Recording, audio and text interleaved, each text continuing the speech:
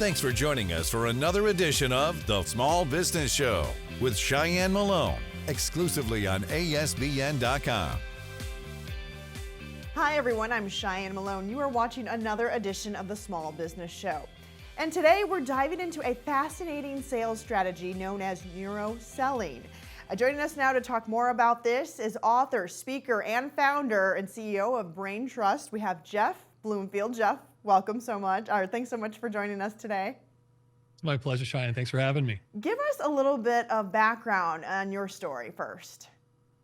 Yeah, it's always helpful, right? Everyone's backstory. And it's funny because I was raised by a small business owner. It's a little different than maybe what people think. I was raised on a farm in north central Ohio. And so our farm was a small business. And my grandfather, those from the South know, we called him Papaw, but he was this amazing communicator, great mentor, great teacher, taught me how to drive when I was 5, stand between his knees on an old tractor, and taught me things like problem solving skills. And we had these expressions: problem solvers rule the world, and the platinum rule: treat other people better than they expected to be treated. And you don't realize you're taking all this in as you're learning how to do math in your head, and you're learning how to do all these skills around the farm. You don't realize what you're learning. And I didn't realize the deposits he was making in me subconsciously. Now, February 2nd, 1982 was a day that lived in infamy for me, because that's the day they took him out in an ambulance. He had stage 4 lung cancer. And I didn't know. He wouldn't let his tow-headed little protege even know he had it. And he slipped away into a coma, and I never got to see him again, unfortunately. But this would be something that, thank you. This would be something, though, that would change my life forever, because it put me on a path to want to live out that legacy, to be the first person in our family to go straight from high school to college. And I ended up in biotech, of all places, where I got to help commercialize a drug for lung cancer. And I took with me all these lessons I learned on the farm. Now, what in the world's a farm kid from Ohio doing in the world's leading biotech company? It's serendipitous, divine intervention. And I won't bore the audience with more details, other than to say I was always obsessed with great communication, but I always had a bent toward the science. And when they asked me to help build a team toward the end of my corporate career, to launch a brain cancer drug, was when I actually was able to start to look at a lot of the new technology with functional MRI and EEG and PET scans. And we're able to look at the brain in so much more depth than we ever had before. And I discovered that if you looked at it through the lens of decision-making and communication, and how people reacted and responded based on the type of information they were being communicated with, you could start to plan accordingly on how to communicate the right information the right way and in the right order. And as we get into this today, I'm sure that the audience will find out a lot of the things that we learned, we do intuitively well, but maybe not intentionally well, so not consistently great. And so the science was a way for us to start to map some frameworks and processes to help people be able to not just sell better, but communicate better in general. And that is neuro-selling. How did you come up with that? And kind of give us a little bit more of background on it. Yeah. So, and those of us who've been in business for any number of years, I was on the commercial side. And so I really liked the idea of sales and marketing and leadership development and all those concepts. But those who've been in sales, whether you're an entrepreneur today or a small business owner, you sell a lot all the time. And we've all been through some form of sales training, and yet none of it seemed to really resonate with me. The traditional sales training approach just felt like it was self-serving. It felt like it was a little bit transactional in nature, and it never really clicked with me. And when I started diving into the applied neuroscience research of decision-making and communication, I realized that there was a reason why it doesn't feel good, because it's actually the antithesis of how the human brain is built to receive information in order to make a change. So neuroselling was my attempt at taking all the new latest neuroscience research and behavioral psychology and put it into a communication framework that was authentic. That was not only authentic, but was real, was situational, and actually it communicated with the brain in the way the brain was naturally processing information. Whereas kind of traditional sales training almost causes you to cause the customer, in many cases the prospect, to be more defensive than it does to be receptive. So that's the whole impetus of neuroselling, was to build something that people could use that was actually validated and rooted in science, and not just made up in a framework or a new process or a new methodology that somebody created in their mind or in their garage. I imagine there's plenty of companies that you've worked with, right? Is there one that sticks out that you've applied this type of strategy and selling principle, and they were maybe mediocre and took it next level? Yeah, we work with companies of all sizes, from global Fortune 50, but a lot of small businesses we work with over the years. And I'll speak to that audience because I think, number one, I've got a soft spot in my heart for those companies and the entrepreneurs and small business owners because I am one and I came from there and I know how hard it is. And I'll give you one good example. We were working with a company that does ground penetrating radar. And this gentleman started the company out of his garage with a rented ground scanner. And he had grown it to the point where he had a pretty large team and kind of hit a ceiling on what they were able to do as they were expanding nationally. And they were communicating like most of us do in the small business world is, here's who I am, here's what I have, here's what I sell, and try to find people who need what I sell. And what we do is we take it and we flip that script. And when we teach them neuro-selling, we actually teach them to understand their customers as much, if not more, than they understand themselves. They almost become consultants. And so if you think about that, how do you, as a small business owner right now, and you're about to go into a prospect meeting for the first time, how does that person or those people, how do they know that you care about what they care about?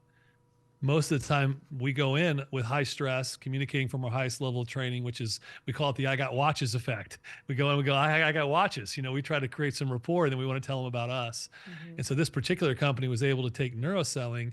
We trained their 25 salespeople, and immediately the lift that they saw on conversion with really tough to sell to customers, and they doubled their company in less than 18 months by using these philosophies. So yeah.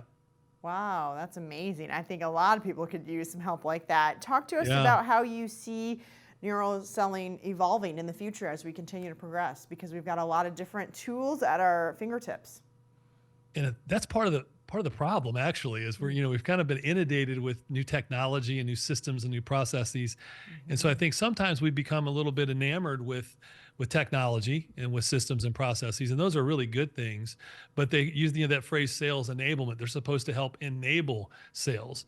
And so at the end of the day, I think the number one skill today still to grow a business is actually the ability to communicate effectively to customers.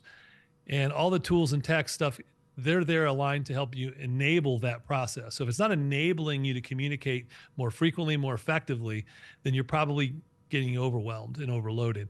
Now, AI, we could spend another entire episode on AI because I think AI is not just a buzz. We use it a lot here at Braintrust now, and I think AI is it is changing the game for small business owners. And if they know how to use it, I'll give you an example. If you're a small business today and you sell to a wide range of customers, AI can actually help you understand those customers at a much more deep level that maybe you ever could have found possible without hiring a marketing research firm. And it's really darn accurate and quick. Mm. So if you go into AI, you can start to build customer personas as a small business owner in seconds for free, essentially, or for a very limited budget with AI. So that's a good example, Cheyenne, of a tool today with AI that small business owners aren't taking advantage of. They should, in helping them understand their customers better. What are some of the challenges that small business owners are facing today, and applying your principles, how do you think you can help them kind of push through that? I still think today small businesses in general, by the way, you know this better than anyone, like it's still the lifeblood of our economy, right? It's still the vast majority of revenue generated in our economy today is generated through small businesses and will continue to be that way. I think that if you think about how complicated we tend to make things, running a small business in and of itself at the core is pretty simple. Mm-hmm. It's, do I have a good customer base? Do I know how to contact those customers? And can I create a clear message of how I can help serve them? Number two, do I have a good culture? So that's external. So the external piece is pretty obvious. The internal piece is whether I'm a team of one, I'm probably not wanting to stay a team of one. I'm wanting to grow my small business. What kind of culture am I creating where I'm attracting people who come here because there's a purpose to what we're doing? Mm-hmm. And are you intentional about that? That's where a lot of small business owners get tripped up because they're on the hamster wheel themselves, and they're the head chef and the chief bottle washer.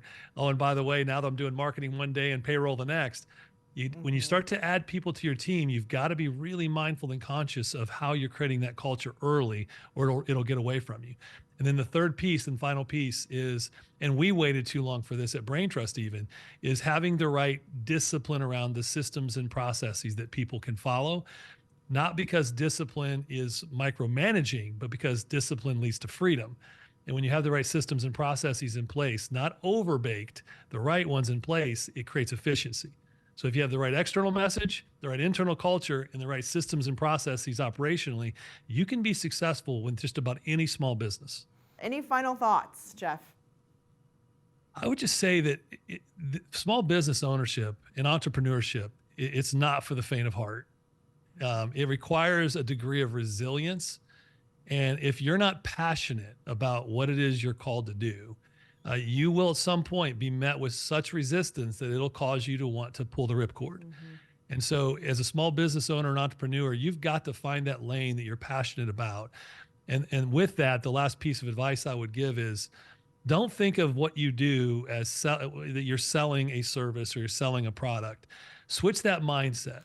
If you can switch the mindset that you're not here to sell, but you're here to serve by solving, and everything you do is communicating that you're there to serve by solving, that purpose-driven mission will come out. It'll be clear to customers, and you'll just attract them by the droves. So be passionate, be purposeful, and switch your mindset from one of selling in order to grow to serving by solving. And I think you'll find you'll have a lot more success. Good advice, definitely. Jeff Bloomfield, author, speaker, and founder and CEO of Braintrust. Thanks so much for your time today, Jeff, and thank all of you for watching the Small Business Show exclusively right here on ASBN.com and now streaming on Roku, Fire TV, and Apple TV. Thanks for joining us for another edition of The Small Business Show with Cheyenne Malone, exclusively on ASBN.com.